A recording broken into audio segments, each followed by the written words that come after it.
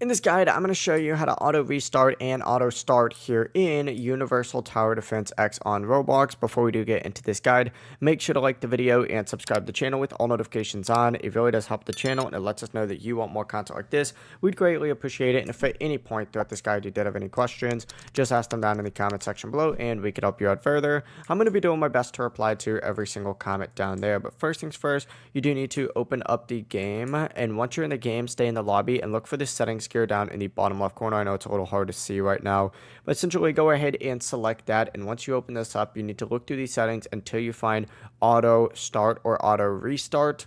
Go ahead and just tick those on just like so. Like auto restart and auto start is going to be here as well.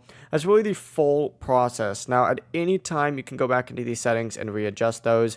But that is it. If you guys had any questions, ask them down in the comment section below and we can help you out further. I'm going to be doing my best to reply to every single comment down there. Before you do leave this guide, make sure to like the video and subscribe to the channel with all notifications on. It really does help us out and it lets us know that you want more content. Have a great rest of your day though. Peace.